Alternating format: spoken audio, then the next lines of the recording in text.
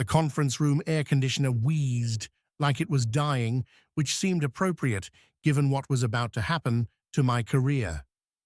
I counted the water rings on the mahogany table, 17 overlapping circles from coffee cups that nobody ever bothered to use coasters for, despite the passive-aggressive reminders from facilities. The newest ring was still wet bleeding into the wood grain. As Marcus Chen, our new chief operating officer, flipped through my termination paperwork with the casual efficiency of someone ordering lunch. "This isn't personal, Jordan," he said, not looking up. The fluorescent lights caught the gel in his hair, making it gleam like black ice. "We're restructuring for efficiency. Your position has become redundant. Redundant after 7 years of keeping this place from imploding every time someone in the C-suite had a vision." I pressed my thumbnail into my palm, a habit from childhood that kept me centered when the world tilted. Which position would that be? Exactly the one where I saved us $3 million in vendor contracts last quarter, or the one where I caught the HVAC fraud before it hit the audit? He finally looked up, and there was something in his smile that made my skin prickle. "The one where you ask too many questions." He slid the papers across the table. The top sheet had yellow sticky tabs marking where I should sign. They'd even predated it.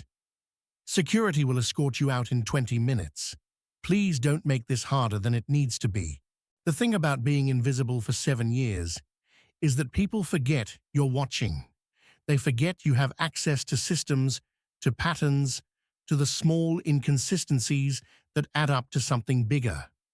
As I stared at those papers, I thought about Diane from accounting, whose chemotherapy schedule I'd helped her hide from management by adjusting her flex time reports. I thought about the maintenance crew who'd shown me every hidden corner of this building during my late-night process audits. I thought about the folder on my desktop labeled irregularities that I'd been updating for the past 3 months, ever since Marcus arrived with his efficiency gospel and his tendency to make problems disappear. "I'll need to review this with legal," I said, keeping my voice steady. "No need. It's all standard."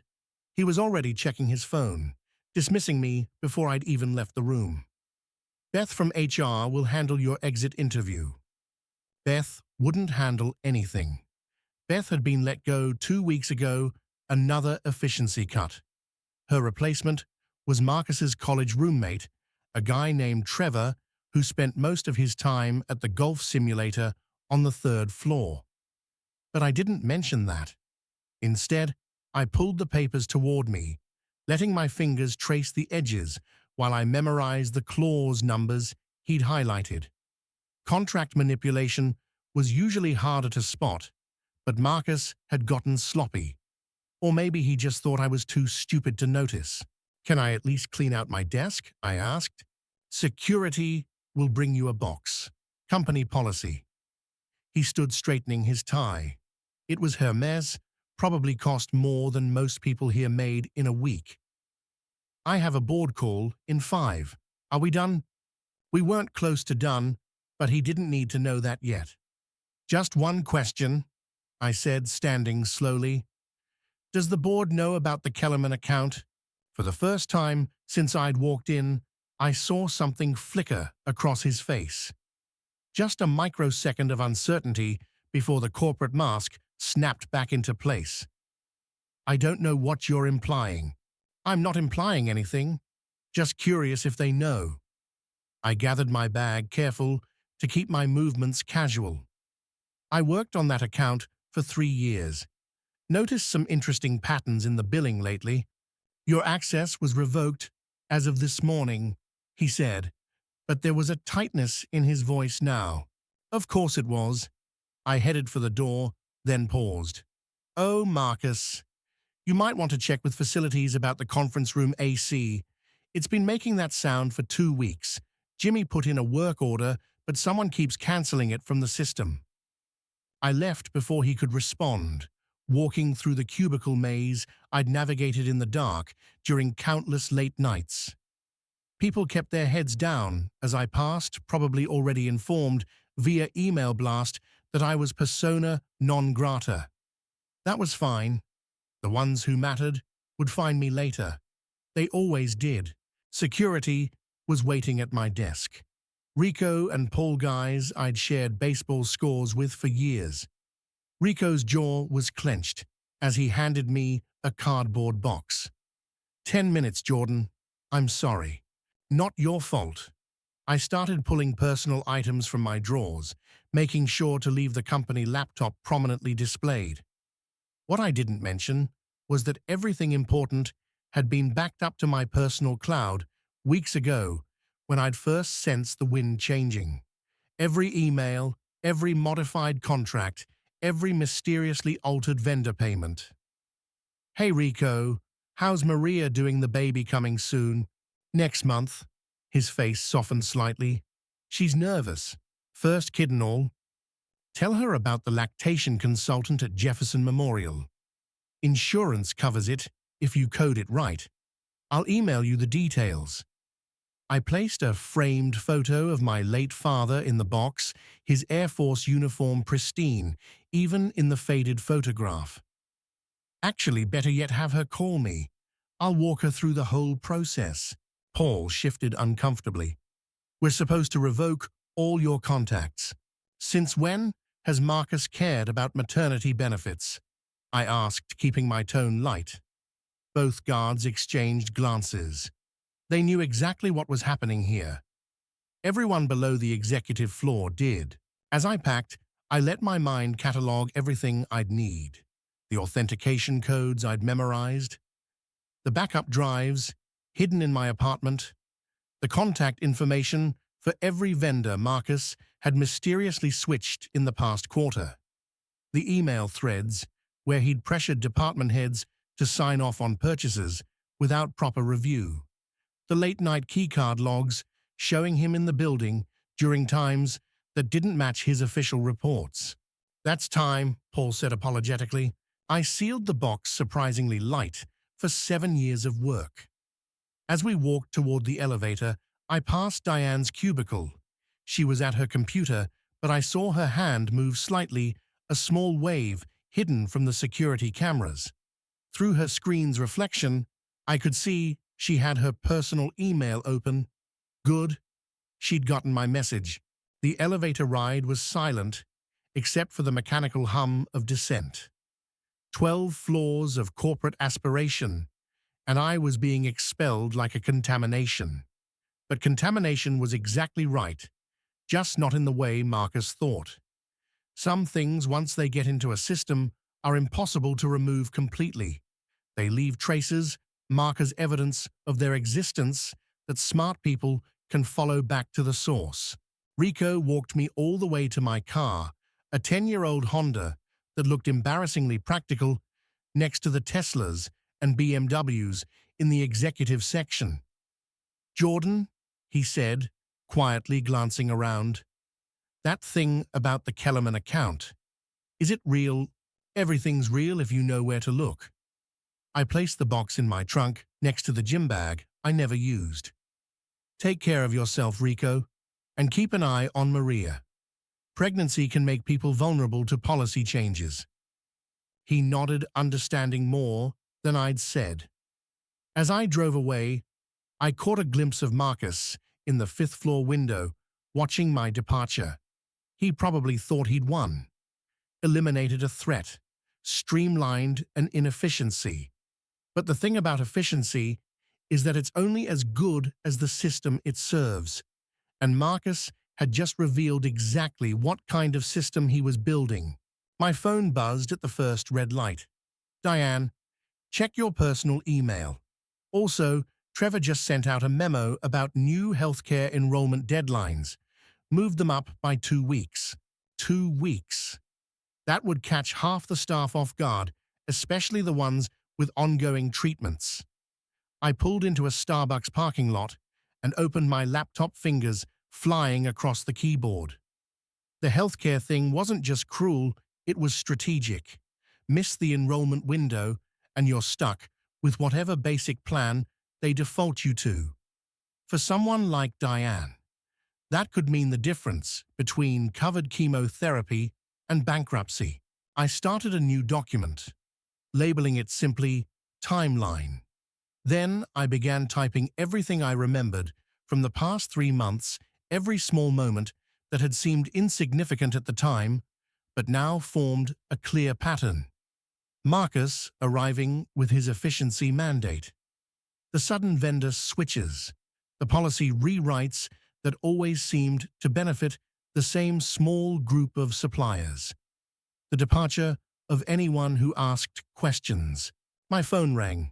Unknown number, but I recognized the area code internal company line. Jordan. The voice was whispered urgent. It's Amy from procurement. Amy had started 2 months ago, fresh from business school, still naive enough to believe in corporate mission statements. You shouldn't be calling me. I know, but something's wrong. Really wrong. Mr. Chen just asked me to approve a payment to a vendor I've never heard of. $500,000 and the invoice. It doesn't look right. Did you approve it? Not yet. He said it was urgent that the board already signed off, but... She paused, and I could hear typing. Jordan, the company isn't even registered properly. I looked it up. It was created 2 weeks ago. 2 weeks ago, right after he'd started his efficiency cuts. Amy, listen carefully. Document everything. Screenshot the invoice, the emails, the company registration. Send it all to your personal email right now. I could lose my job. You could lose more than that if this goes south. Trust me. I thought about my father, who'd taught me that courage wasn't the absence of fear, but acting despite it. And Amy, check who the registered owner of that company is. I'm betting it's not Marcus Chen's name, but someone close to him. She gasped softly. How did you know? Because he's smart enough not to put his name on it, but not smart enough to avoid patterns. I started my car. Send me everything. And Amy, start looking for another job. This is going to get worse before it gets better. After she hung up, I sat in the parking lot, watching the afternoon sun cast long shadows across the asphalt. Marcus had made 2 mistakes. The first was thinking I'd go quietly. The second was not realizing how many others he'd hurt along the way. Every efficiency cut had a human cost, and those humans had friends, allies, people who cared about them. People who were tired of watching good employees get sacrificed for someone's quarterly bonus. I drove home to my apartment, a modest 1-bedroom in a building that still had radiator heat and windows that painted themselves shut every summer. The locks stuck, like always requiring the specific jiggle-lift-push combination I'd perfected over 4 years. Inside, everything was exactly as I'd left it that morning, except now it felt different, transitional, like the space between one life and another. I made coffee, proper coffee, not the break room swill I'd been drinking for 7 years, and opened my laptop. Amy's files were already in my inbox, along with messages from 3 other employees I hadn't expected to hear from. Word traveled fast in cubicle land, especially word about someone standing up to management. The first message was from Jimmy in facilities, the one who'd been trying to fix the conference room AC. Jordan, you were right about those work orders being cancelled. But here's the interesting part, they weren't just cancelled. They were redirected to a different vendor, one charging 3 times the normal rate. I've attached the logs. The second was from someone in IT I'd only spoken to once. Heard you're out. Before you left, did you notice anything weird about the server access logs? Someone's been downloading employee records at weird hours. Not my business, but thought you should know. The third made me stop mid-sip. It was from Beth, the former HR director. I've been documenting everything since my termination. Wrongful dismissal is just the beginning. Call me." I called her immediately. Beth answered on the first ring, and I could hear restaurant noise in the background. "Jordan, thank God. I was hoping you'd reach out." Her voice was lower than I remembered, careful. "Can you meet not somewhere public? This is bigger than just Marcus." "How much bigger?" "Remember the board call he mentioned? Half of them don't know what he's doing. The other half—" She paused. "They're getting kickbacks from every vendor he switches. I have proof, but I need someone who understands the operational side to make sense of it all." We agreed to meet at her house that evening. As I hung up, I realized my hands were shaking, not from fear, but from the adrenaline of finally seeing the full picture. This wasn't just about efficiency cuts or even garden variety embezzlement. This was systematic corporate fraud, the kind that destroyed companies and left employees without pensions, healthcare futures. I spent the rest of the afternoon organizing everything into a coherent narrative. Financial records showing the shell companies, email threads revealing the pressure tactics, the pattern of terminations that conveniently removed anyone who might ask questions. By the time I left for Beth's house, I had 40 pages of documentation and a growing understanding that taking down Marcus would require more than just evidence. It would require strategy, allies, and perfect timing. Beth lived in one of those suburban developments where all the houses looked alike, except for the color of the front door. Hers was red, which seemed appropriate, given what we were about to discuss. She answered before I could knock, pulling me inside quickly. "Were you followed?" she asked. "I don't think so. Though honestly, I hadn't been checking. Paranoia wasn't my default setting, but maybe it should have been." Her living room was a war room. Papers covered every surface, the coffee table, the couch, even parts of the floor.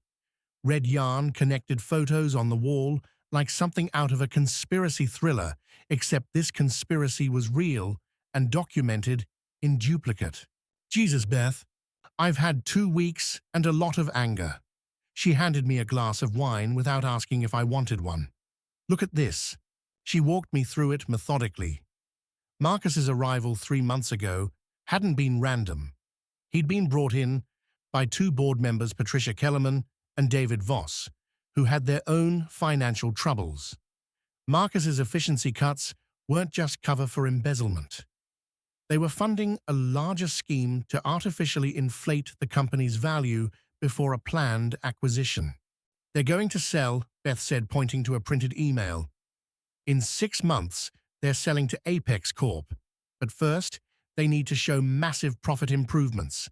Every cut, every redirected contract, it all goes toward making the books look better.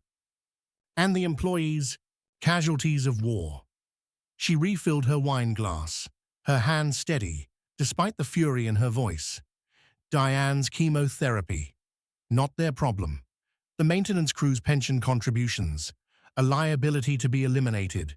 Your 7 years of institutional knowledge, worthless if it can't be monetized this quarter." I studied the wall of connections, seeing patterns within patterns. "We can't just expose the fraud. They'll claim it was a few bad actors fire Marcus, maybe Kellerman and Voss if we're lucky. The company still gets sold, employees still get screwed. So what do we do?" I thought about my father again, about the stories he'd told of strategic planning in the Air Force, how the best operations were the ones where the enemy defeated themselves. We let them hang themselves. But first, we need more people. This can't just be 2 disgruntled ex-employees with a grudge.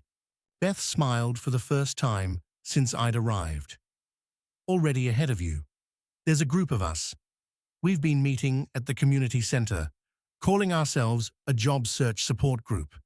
But really, we're all Marcus's casualties. How many? 12 so far, more joining every week as he keeps cutting." I felt something shift in my chest, a loosening of the isolation I'd carried since that morning. "We need someone still inside, someone with access." "Diane," we both said simultaneously. Beth nodded. She's been feeding me information, but carefully. If Marcus suspects, he'll find a way to cut her insurance before the new enrollment deadline. I pulled out my phone. We need to move fast, but smart. Like a surgical strike, not a sledgehammer. Over the next 2 hours, we developed our plan. It was ambitious, maybe impossibly so, but it had one advantage: Marcus's arrogance. He believed he was untouchable, that his Ivy League MBA and board connections made him invulnerable to the concerns of ordinary employees.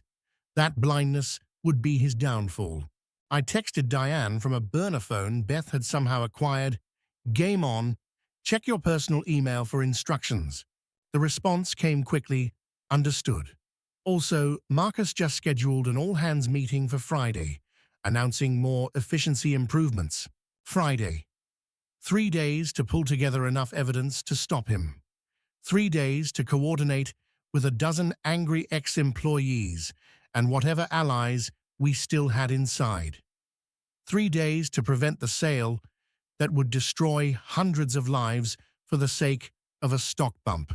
We should record everything, Beth said, already pulling out a small digital recorder. Every conversation, every meeting. Build an archive they can't deny. Chain of custody. I agreed. Everything time-stamped, witnessed, backed up in multiple locations. We worked until midnight, fueled by righteous anger and Beth's surprisingly good coffee. By the time I left, we had assignments for everyone in our group, a communication protocol that avoided company surveillance, and a growing understanding that this was bigger than just revenge. This was about justice, about protecting the people who couldn't protect themselves. The drive home was surreal. Streetlights creating pools of amber in the darkness. I thought about Marcus in his high-rise apartment, probably sleeping soundly on thread counts I couldn't afford, never imagining that the people he'd discarded were organizing against him. My phone buzzed as I parked. Amy, from procurement. You were right about the shell company. The registered owner is Trevor Williams, the new HR guy. But get this, the bank account traces back to an LLC partially owned by Patricia Kellerman's son. The connections were becoming clearer, the web more defined. I screenshotted everything and added it to our growing database. Tomorrow I'd meet with the others, start building our case properly. But tonight, I allowed myself a moment of satisfaction. Marcus had thought he was playing chess while we were playing checkers. He hadn't realized we weren't playing at all. We were documenting his every move, waiting for the perfect moment to reveal the board. My apartment felt less transitional when I returned. It felt like a command center, a place where something important was beginning. I made more coffee, despite the hour, and opened a new document. This one I titled The Reckoning, because that's what this was going to be. Not just exposure, but a complete dismantling of the system Marcus had built. Every fraudulent invoice, every redirected contract, every terminated employee would have their story told. The board would have no choice but to listen, especially when we presented it in the most public forum possible. The quarterly shareholders meeting in 3 weeks. I smiled, thinking about Marcus's face, when he realized his efficiency gospel had created its own opposition. Every person he'd cut had become a witness. Every corner he'd shaved had left evidence. Every lie he'd told had created a trail leading back to him. The community center, where Beth's group met, was in a strip mall between a defunct Radio Shack and a thriving Thai restaurant. The contrast seemed appropriate somehow. Death and life side by side, the past and the future separated by a thin wall. I arrived early Wednesday evening, wanting to scope out the space before meeting the others. The room was clearly meant for happier gatherings. Motivational posters about teamwork covered water-stained walls, and the fluorescent lights hummed with that particular frequency that made everyone look slightly ill. But there was something powerful about the shabbiness, something honest. This wasn't a corporate conference room where lies came wrapped in professional presentations. This was a place for truth, however uncomfortable. People arrived in ones and twos, each carrying the particular exhaustion of the recently unemployed. I recognized some faces: Sandra from marketing, Kevin from legal, Tom from warehouse operations. Others were strangers, but we all shared the same look, determined beneath the fatigue, angry beneath the politeness. Beth called the meeting to order by tapping a coffee mug against the table. "Everyone, this is Jordan. Some of you know them already." "You're the one who mentioned Kellerman to Marcus," Tom said. It wasn't a question. "Rico told me," said Marcus, went pale as a ghost. "Just planting seeds," I replied, taking a seat in the circle of mismatched chairs. "But we need more than seeds. We need a forest." Sandra leaned forward. "I've been tracking the marketing contracts Marcus redirected. 3 of them went to the same agency, one that didn't exist 6 months ago." "Let me guess," I said. "Another shell company?" "Better. It's registered to Marcus's ex-girlfriend. They broke up last year, but apparently not enough to stop doing business together." Kevin pulled out a legal pad, covered in notes. "From a legal perspective, this is conspiracy to commit fraud, violation of fiduciary duty, probably RICO if we can prove the pattern. But we need more than paper trails. We need witnesses willing to testify." "That's the problem," Beth said. "Everyone still employed is terrified. Marcus has made it clear that anyone who speaks up gets terminated with prejudice. No references, no unemployment, no healthcare continuation." "What about the board members who aren't in on it?" I asked. "There must be some who actually care about the company." Tom laughed bitterly. "You mean the ones who show up twice a year for free dinners and rubber stamp whatever's put in front of them?" "Actually," a quiet voice said from the doorway, "there might be one." We all turned. A woman I didn't recognize stood there, professionally dressed, despite the casual setting. She was older, maybe early 60s, with the kind of posture that suggested decades of boardrooms and difficult decisions. "I'm Helen Morrison," she said, entering the room. "I'm on the board, and I'm very interested in what you have to say." The room went silent. Beth stood slowly. "How did you find us?" "My assistant's daughter works in IT.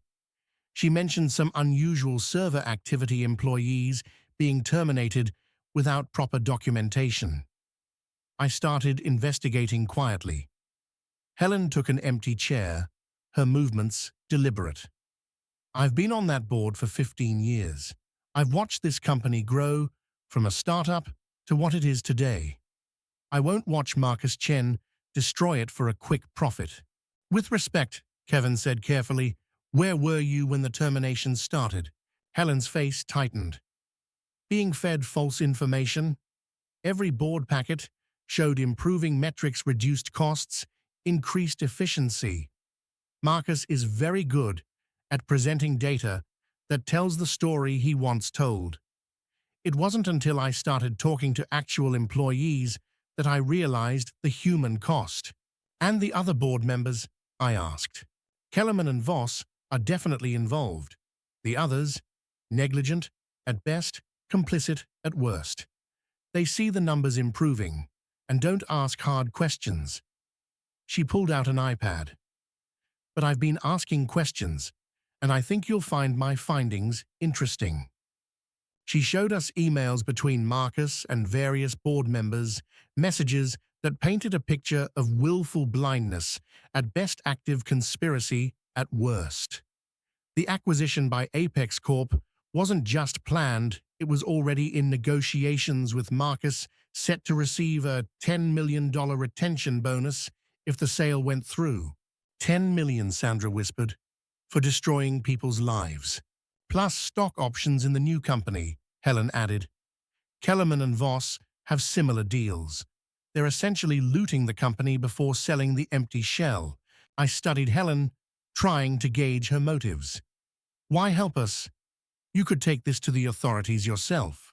Because authorities move slowly, and by the time they act, the sale will be complete, and the damage done. She met my gaze steadily. And because I believe the employees deserve to be heard, you've been the backbone of this company. You deserve to have your say in its future. Beth and I exchanged glances. Having a board member on our side changed everything, but it also added risk. If Helen was playing us feeding information back to Marcus, we need guarantees, Kevin said, voicing what we were all thinking. Legal protection for whistleblowers' assurance that our evidence will be heard. Helen nodded. I can call a special board meeting, but I need cause. Serious allegations with supporting documentation. And it needs to be public enough that they can't bury it. The quarterly shareholders meeting, I said, 2 weeks from Friday. Marcus is supposed to present the efficiency improvements. What if we present something else? A smile played at the corners of Helen's mouth. That would require shareholder standing. Someone would need to own stock to bring a motion. Every employee who's been here more than 2 years has stock options, Tom pointed out. Most of us never exercised them because we couldn't afford the tax hit. But together, I said, understanding dawning, we might have enough shares to force a vote. The room erupted in conversation, everyone talking at once. Ideas flew back and forth, who still had options, how to exercise them quickly, what percentage we'd need for standing. It was chaos, but productive chaos, the kind that happens when people realize they're not powerless after all. Helen raised her hand for quiet. I can help with the legal framework, but you'll need to move fast, and you'll need someone still inside the company to help coordinate. We have people, Beth said carefully, not naming names even here. But Marcus is getting paranoid. He's installed new monitoring software on all company computers. Then don't use company computers, Helen said simply.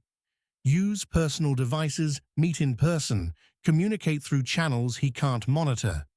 He's arrogant enough to believe electronic surveillance is enough. We spent the next 3 hours developing our strategy. Helen would work the board angle, carefully feeling out who might be convinced to listen. Kevin would handle the legal framework, making sure everything we did was bulletproof. The rest of us would gather evidence, coordinate with inside allies, and prepare for the shareholders' meeting. As the meeting broke up, Helen pulled me aside. You're the one who noticed the Kellerman connection first, aren't you? I nodded. Marcus underestimated you. That's his weakness. He sees people as functions, not as individuals. He never imagines that the operations analyst he fired might be the one to bring him down. It's not about bringing him down, I said. It's about protecting the people he's hurting. Helen studied me for a moment. That's why you'll win. Because for you, it's not personal, it's principle. But she was wrong. It was both. The next few days blurred together in a haze of coffee, encrypted messages, and clandestine meetings. Amy from procurement had become our inside eye, documenting every suspicious transaction. She'd discovered that the shell companies weren't just receiving payments, they were billing for services, never rendered products, never delivered. It's phantom invoicing, she explained over a secure call. Marcus approves payments for consulting services, maintenance work, software licenses, but nothing actually happens. The money just disappears into these companies. How much total? Over the past 3 months, almost $8 million. $8 million. Enough to fund hundreds of employees' salaries, to maintain healthcare benefits, to honor pension commitments. Instead, it was lining the pockets of Marcus and his conspirators. Diane, meanwhile, was documenting the human cost.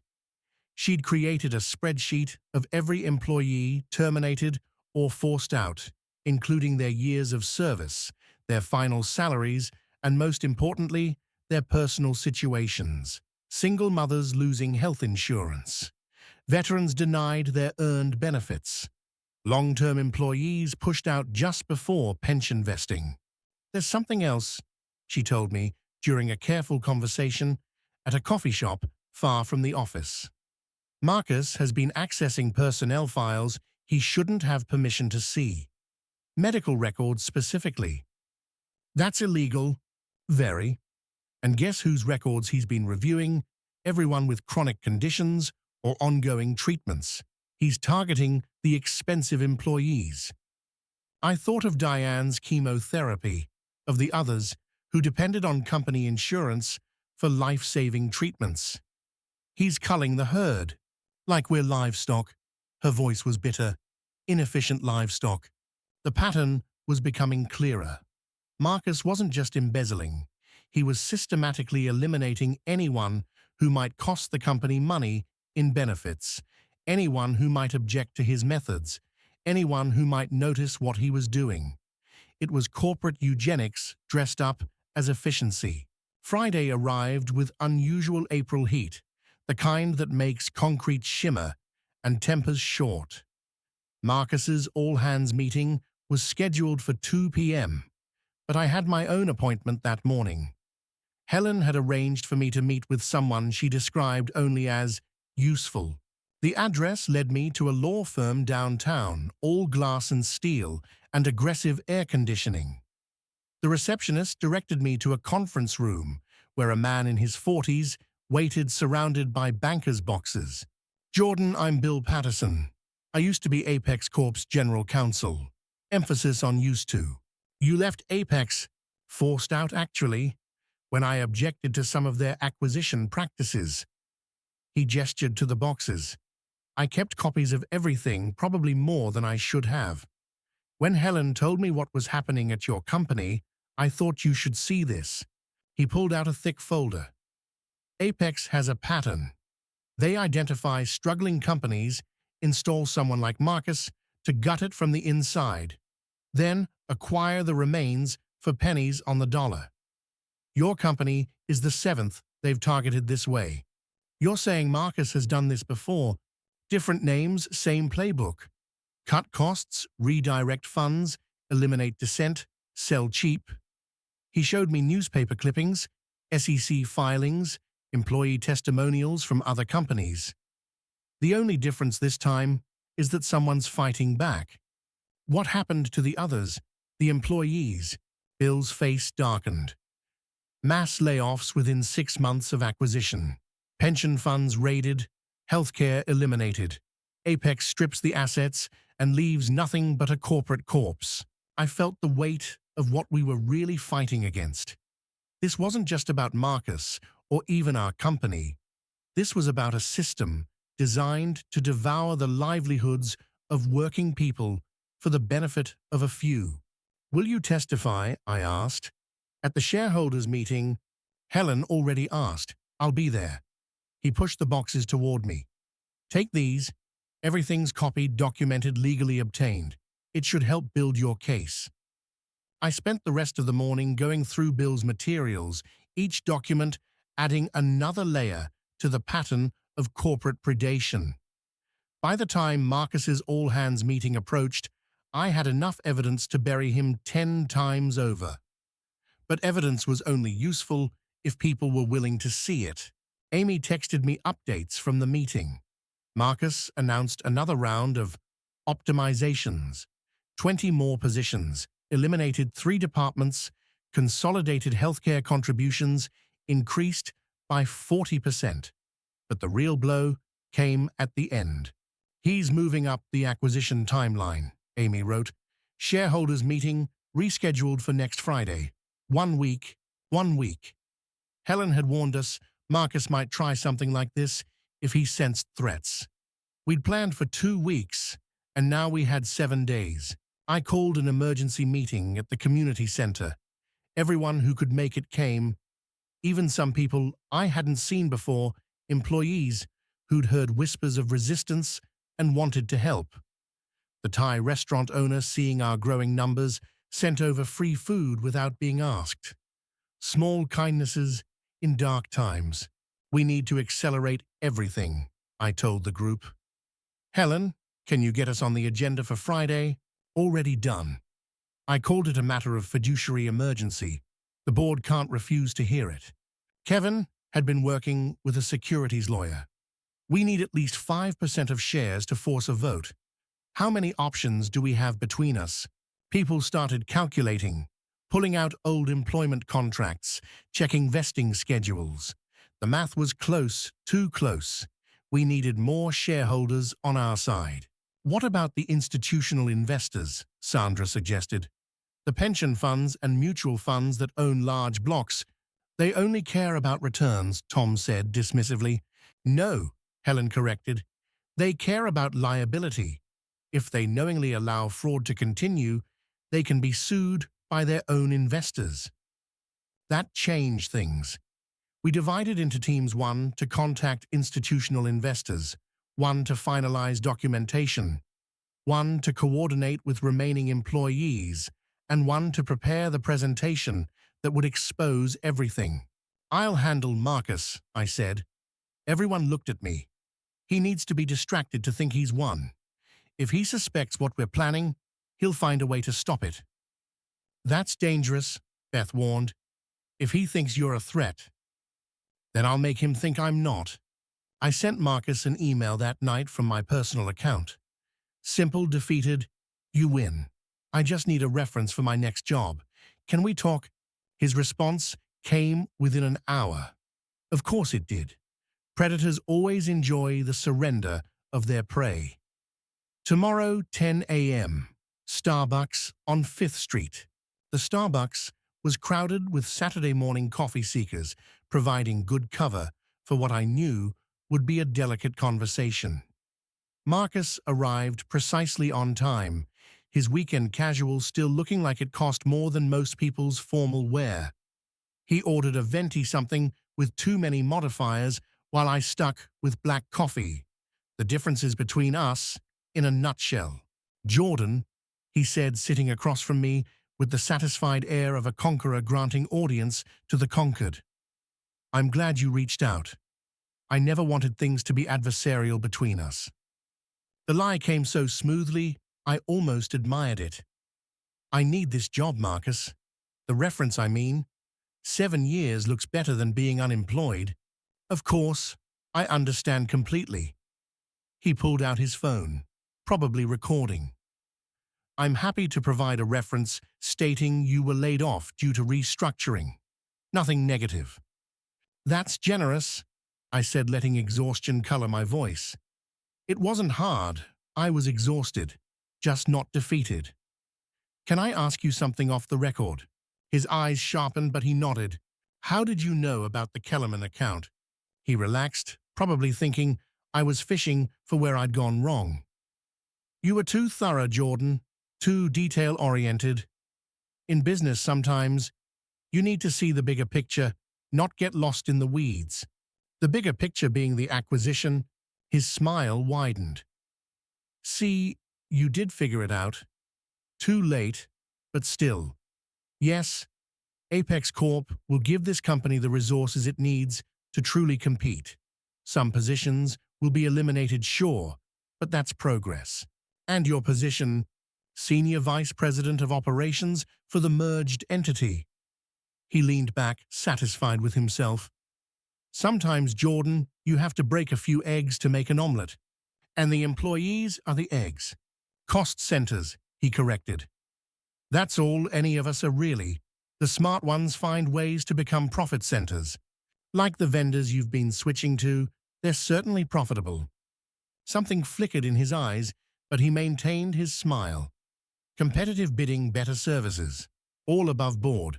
Of course, I agreed. Though I'm curious about the process. For my next job, you understand. Learning from the best. His ego won over his caution. For the next 20 minutes, he actually explained his system to me, thinking he was educating a defeated opponent. He described how to identify inefficiencies, people with health problems, how to restructure contracts to avoid legal challenges, how to create urgency around acquisitions. He was teaching me how to destroy companies from the inside and he was proud of it. I recorded everything on my phone, in my pocket, Beth's digital recorder, in my bag, providing backup. Every word was evidence, but more than that, it was confession. The shareholders' meeting should be interesting, I said, casually finishing my coffee. A formality. The board's already aligned the major investors on board. By next Saturday, this will all be history. You're probably right. I stood to leave, then paused. Marcus, the people you're calling cost centers, they have names. Diane has cancer. Tom's son has autism and needs specialized therapy. Sandra's husband is a disabled veteran. They're not inefficiencies, they're human beings. That's exactly the kind of thinking that held you back, he replied, unmoved. Business isn't personal. You made it personal when you went after sick people. His face hardened. Be careful, Jordan. That reference can easily become a blacklist. I'm counting on it, I said, and left before he could respond. The rest of the weekend was a blur of preparation. The institutional investors proved more receptive than expected, especially when presented with evidence of fraud. 3 pension funds and 2 mutual funds agreed to attend the meeting and hear our presentation. Together with employee shares, we had enough standing to force not just a hearing, but a vote. Helen worked her contacts on the board, finding 2 more members willing to listen. They weren't allies exactly, but they were worried enough about personal liability to want the truth exposed. By Monday, word had somehow leaked into the company. Not the specifics, but enough to create a buzz. Employees whispered in hallways, forwarded cryptic emails, made excuses to work late, and access files. Marcus must have sensed something because he sent out a company-wide email about maintaining focus during transitions and avoiding speculation and rumor-mongering. Diane called me Monday night. He's getting paranoid, installing cameras in the break rooms monitoring badge access. He fired 2 people today for excessive printer use. Carlos from shipping and May from customer service. Both were asking questions about the vendor changes. 2 more casualties. I added their names to our list, made sure Kevin knew for the legal case. Every termination was more evidence, but also more lives disrupted. Tuesday brought an unexpected ally, Trevor Williams. Marcus's college roommate and HR replacement showed up at my apartment looking like he hadn't slept in days.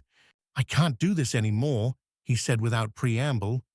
Marcus, what he's doing, I thought it was just business, but what? He's targeting people specifically, has me pulling medical records, flagging anyone with expensive conditions. It's illegal, it's immoral, it's... He broke off, running his hands through his hair. I have a daughter. She's 8. How do I explain to her that Daddy helps fire sick people? I let him in, made coffee, and listened as he unburdened himself. Trevor had emails, recordings, even videos of Marcus explicitly instructing him to violate employment law. He'd been documenting everything, partly to protect himself, partly because some part of him knew it was wrong. Will you testify? I asked. At the shareholders' meeting, Marcus will destroy me. Marcus is going to destroy you anyway. Once the acquisition goes through, you think he'll keep you around. You know too much. The truth of it hit him visibly. He said I'd be head of HR for the whole region. He says a lot of things. Trevor sat quietly for a moment, then nodded. Yes, I'll testify. But I want protection. Whistleblower status, the works. Kevin can arrange that. But Trevor, we need everything. Every document, every email, every shady instruction. He pulled out a flash drive. Already copied. Everything from the past 3 months. Wednesday felt like the calm before the storm. We met one final time at the community center, now packed with almost 40 people. Former employees, current employees risking everything, even some family members who'd come to support. The Thai restaurant owner had officially become our unofficial caterer, refusing payments, saying something about karma and community. Helen stood before the group like a general addressing troops.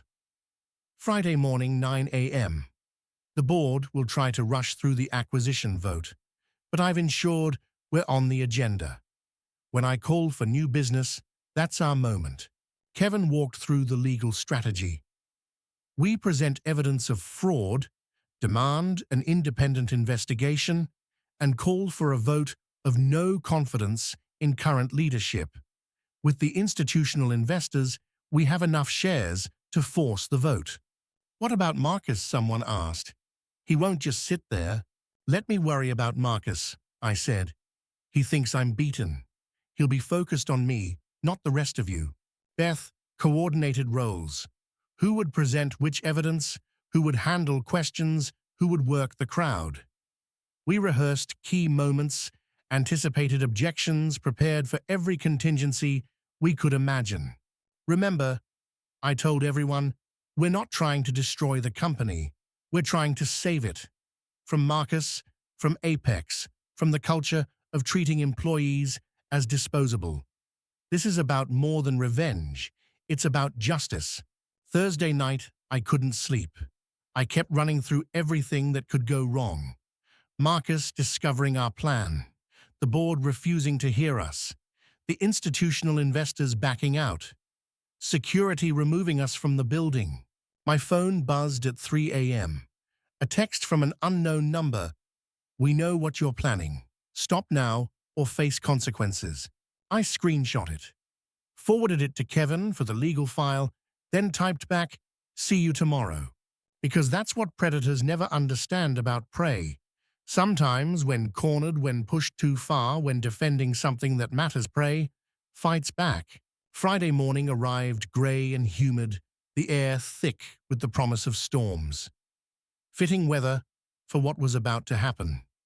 I dressed carefully, my best suit, the one I'd bought for my father's funeral. It felt like armor, like carrying his integrity with me. The corporate headquarters looked different from the outside when you weren't authorized to enter. The glass reflected the cloudy sky, making the building look like it was dissolving into the atmosphere. Security had my name on a list Helen's doing, and I was directed to the boardroom on the top floor. The elevator ride felt endless. Each floor marker was a reminder of the life I'd lived here for 7 years. Third floor, where I'd started as a junior analyst. Fifth floor, where I'd discovered my first major cost-saving initiative. Seventh floor, where Diane had told me about her diagnosis, and I'd helped her navigate FMLA paperwork. The boardroom was already half full when I arrived. Marcus stood at the front, setting up his presentation, his confidence radiating like cologne. He saw me, and his smile widened. The condemned prisoner arriving for execution. Jordan, he said loudly enough for others to hear. I didn't expect to see you here. I still have shares, I replied evenly. Thought I should see how my investment plays out. Board members filed in, most looking bored already. Kellerman and Voss sat together, whispering and checking their phones. Helen took her seat at the far end, giving me the slightest nod. Then our people started arriving. Beth first, then Kevin, then others. Each had been listed as shareholders. Each had a right to be here. Marcus's smile faltered slightly as the room filled beyond normal capacity. Quite a turnout. Patricia Kellerman observed, her voice carrying an edge. People care about their investments, Helen said mildly. The institutional investors arrived last, 3 representatives in identical dark suits sitting together like judges. Marcus's face had gone from confident to concerned to carefully blank. The board chair, an elderly man named Richard Graves, who seemed half asleep most of the time, called the meeting to order. We have a full agenda, so let's proceed efficiently. He seemed to relish that last word, unaware of its loaded meaning in this room. Marcus began his presentation. Charts and graphs showing cost reductions, efficiency, improvements, projected synergies with Apex Corp. He was good, I had to admit. Smooth, professional, compelling, if you didn't know what lay beneath the numbers. As you can see, he concluded, the acquisition by Apex represents the best path forward for shareholder value. I call for the vote, Kellerman said quickly. I second, added Voss. Wait, Helen stood. I invoke my right as a board member to introduce new business relevant to this acquisition. Graves frowned. Helen, we've discussed this thoroughly. No, Richard, we've discussed Marcus's version. I think the board and shareholders deserve to hear another perspective. This is highly irregular, Kellerman protested. So is fraud, I said, standing. The room went silent. Marcus's face cycled through emotions, surprise, anger, then forced amusement. I'm not sure what kind of performance this is, he said, but Mr. Taylor is a disgruntled former employee. Who has evidence? Kevin interrupted, standing with a thick folder. Documented, verified evidence of systematic fraud, embezzlement, and conspiracy. This is ridiculous, Voss said. Security should remove these people. These people are shareholders, Helen reminded him. They have every right to be heard. One of the institutional investors, a woman with silver hair and sharp eyes, spoke up. We'd like to hear this evidence. And so we began. Beth presented first, laying out the pattern of terminations. Not just numbers, but names, faces, stories.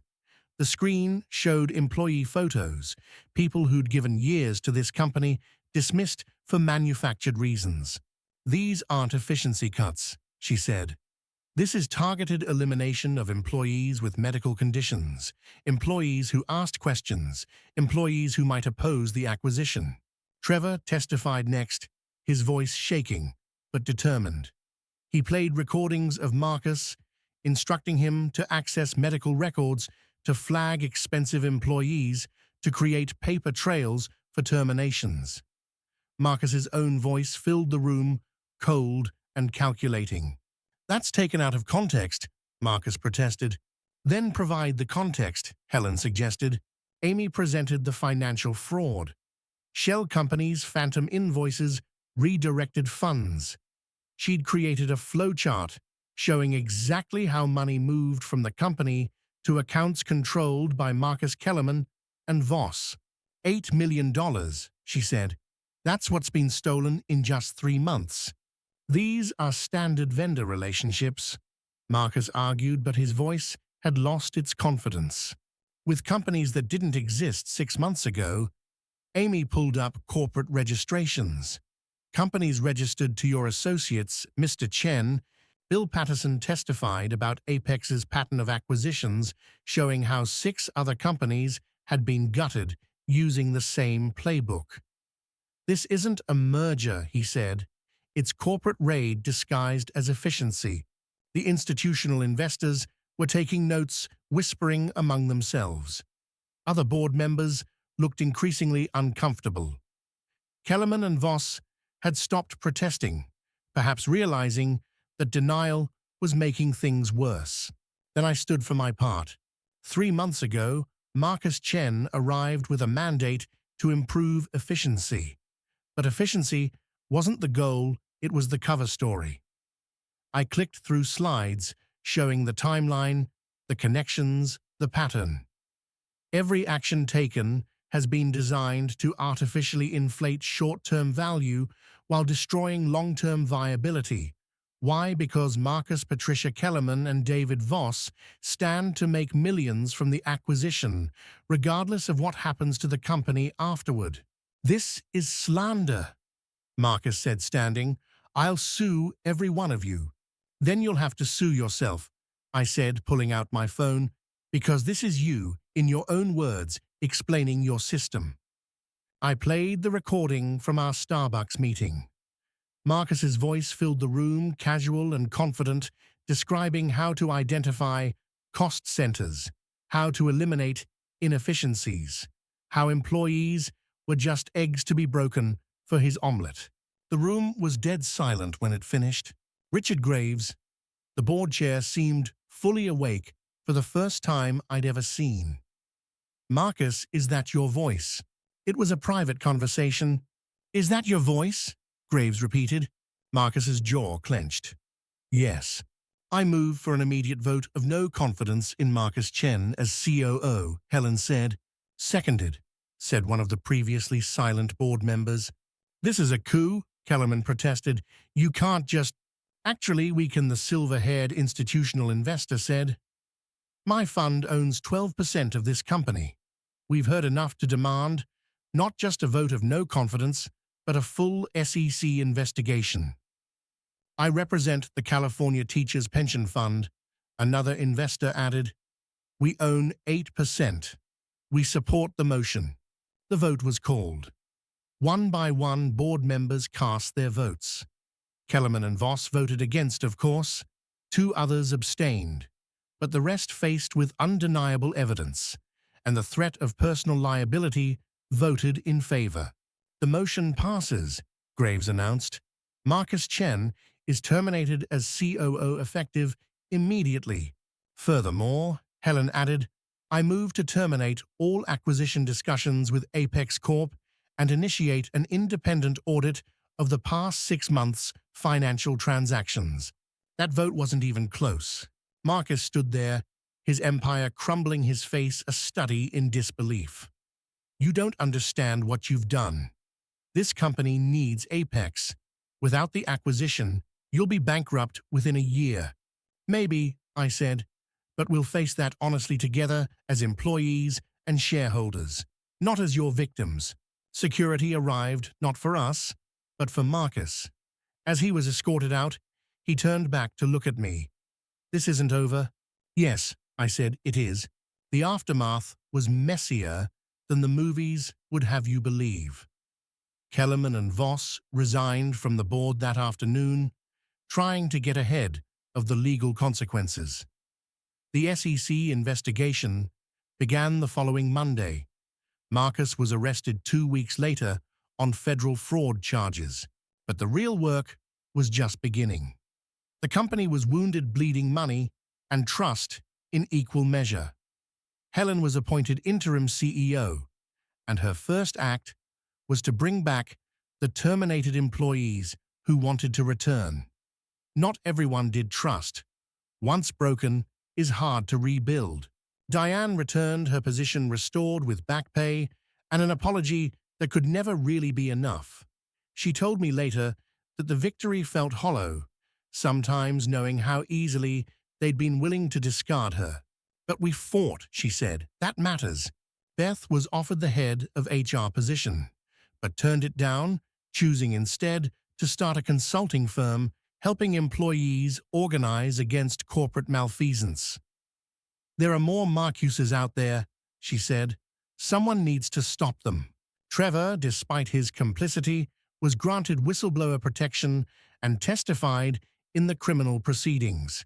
He took a massive pay cut to work for a non-profit afterward, saying he needed to balance the scales somehow. Amy was promoted to head of procurement with a mandate to review every vendor relationship Marcus had established.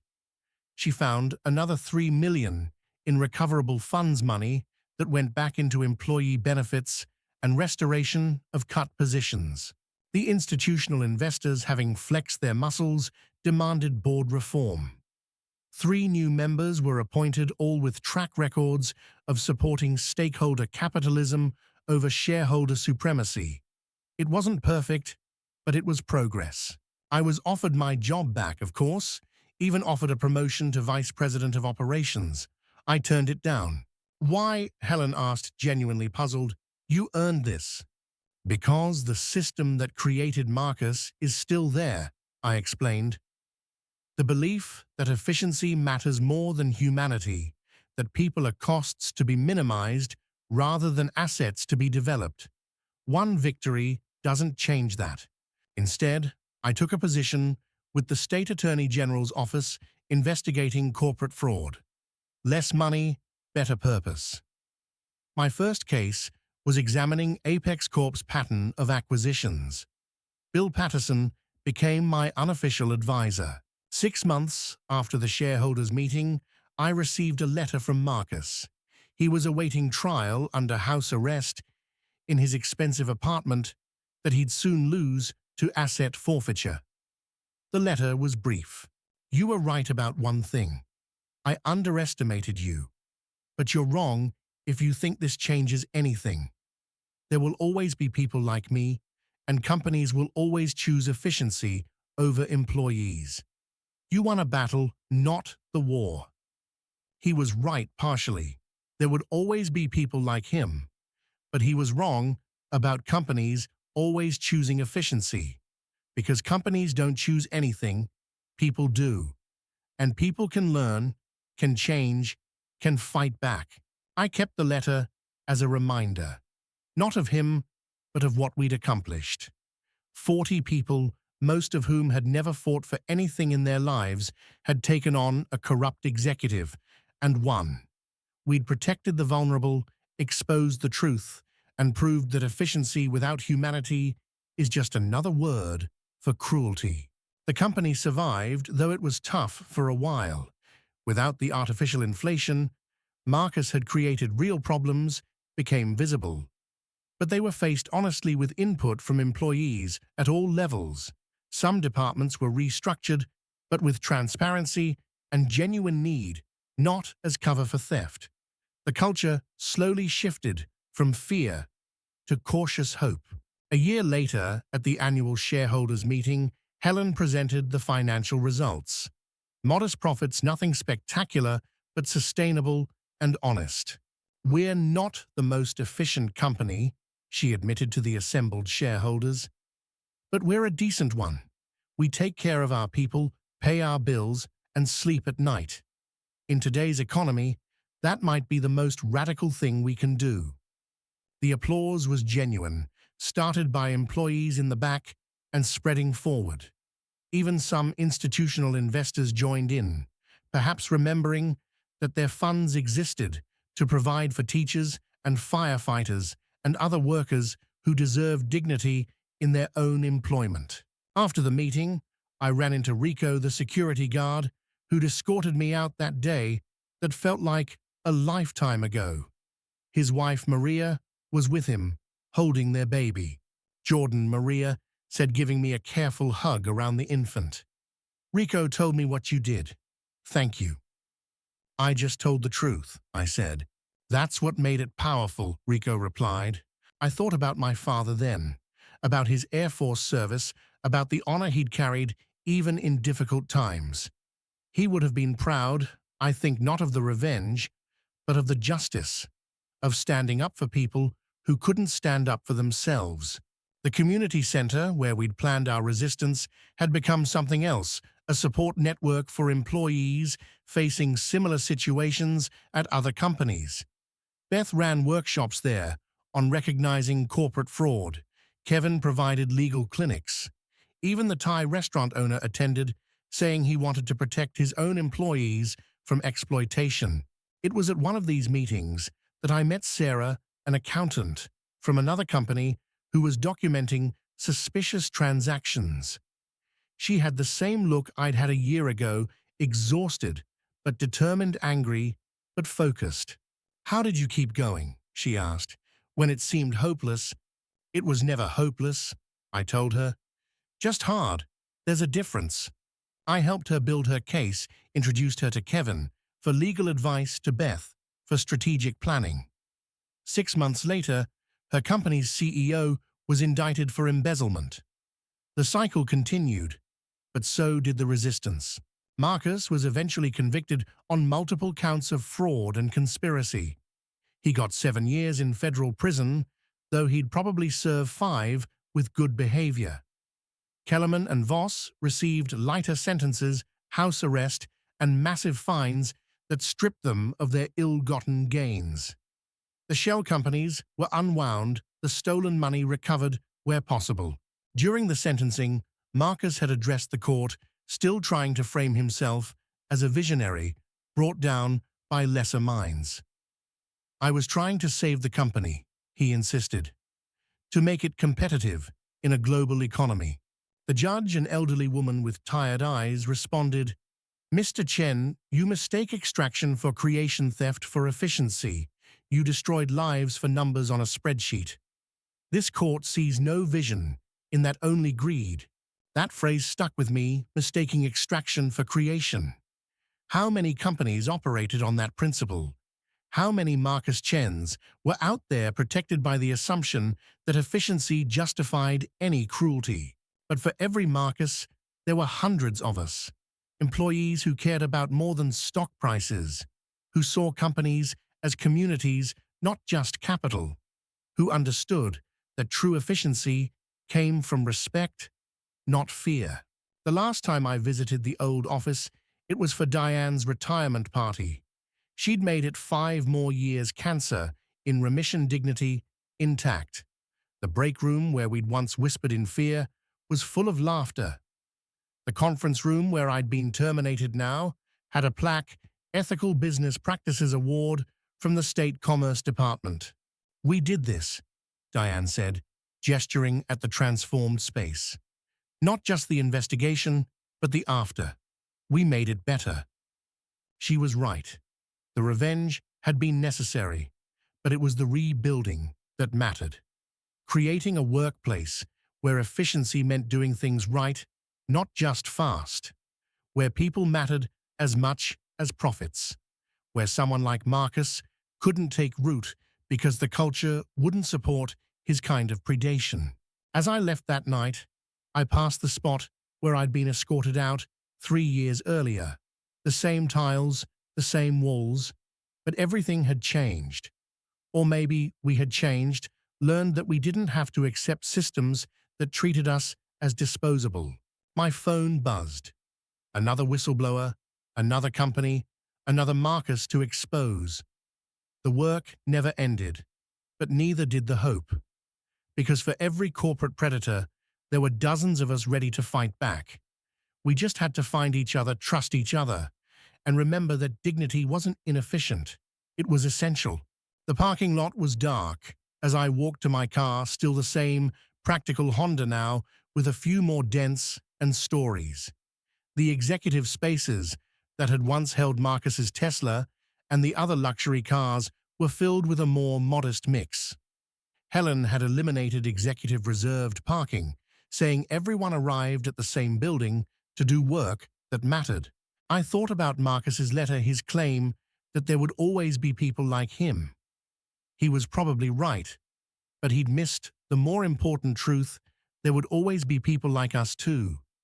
People who counted coffee rings while planning resistance, who documented fraud while undergoing chemotherapy, who chose principle over profit, community over efficiency. The storm that had threatened that morning of the shareholders' meeting had never materialized, the gray clouds dissipating without releasing their burden. But we had been the storm in our quiet way. Not a destructive tempest, but a cleansing rain, washing away the toxic culture that had nearly destroyed everything worth saving. As I drove home through familiar streets, I realized the revenge was complete. Not because Marcus was in prison or because we'd won, but because we'd transformed the very ground he'd tried to salt. Where he'd planted fear, we'd grown solidarity. Where he'd sown division, we'd cultivated trust. Where he'd preached efficiency, we'd practiced humanity. That was the ultimate revenge, not just stopping him, but proving his entire worldview wrong. Showing that a company could succeed without sacrificing its soul, that efficiency without empathy was just another form of violence, that the people he dismissed as cost centers were actually the heart of everything valuable. My phone rang as I pulled into my apartment complex. It was Helen. "Jordan, I wanted you to know the board voted to create an employee advocacy position. Someone whose job is to ensure what happened with Marcus never happens again.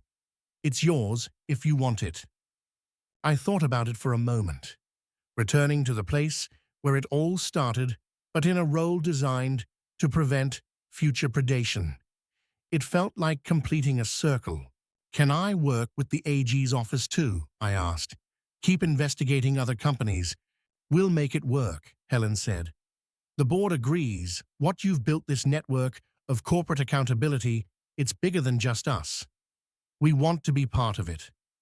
Then yes, I said, I'll take it.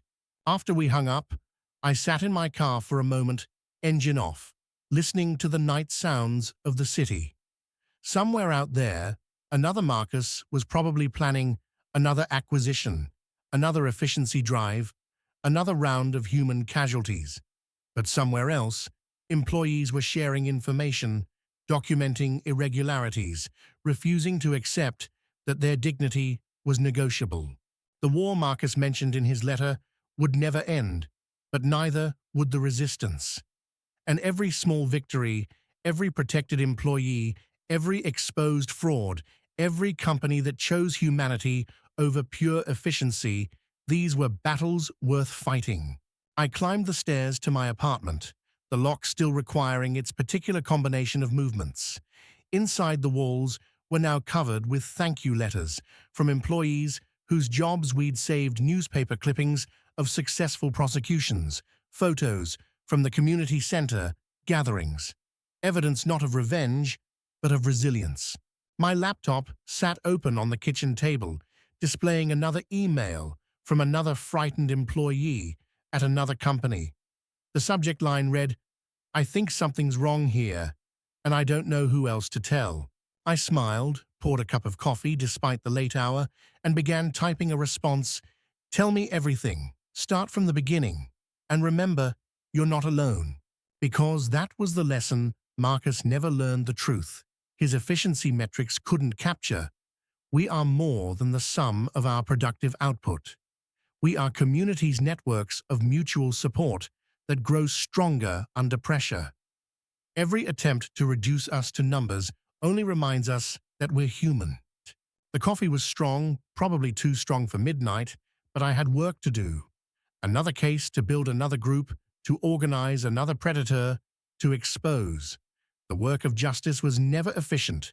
It was slow, careful, methodical.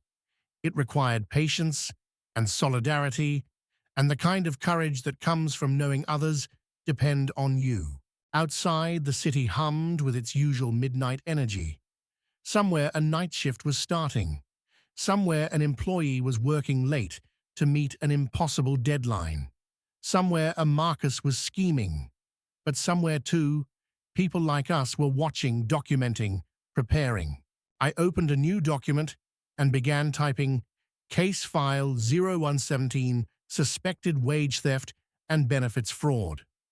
Another battle in the endless war, but one worth fighting. Because if we'd learned anything from bringing down Marcus Chen, it was this: they might have the money and the power and the efficiency metrics, but we had something more valuable. We had each other. And in the end, that made all the difference.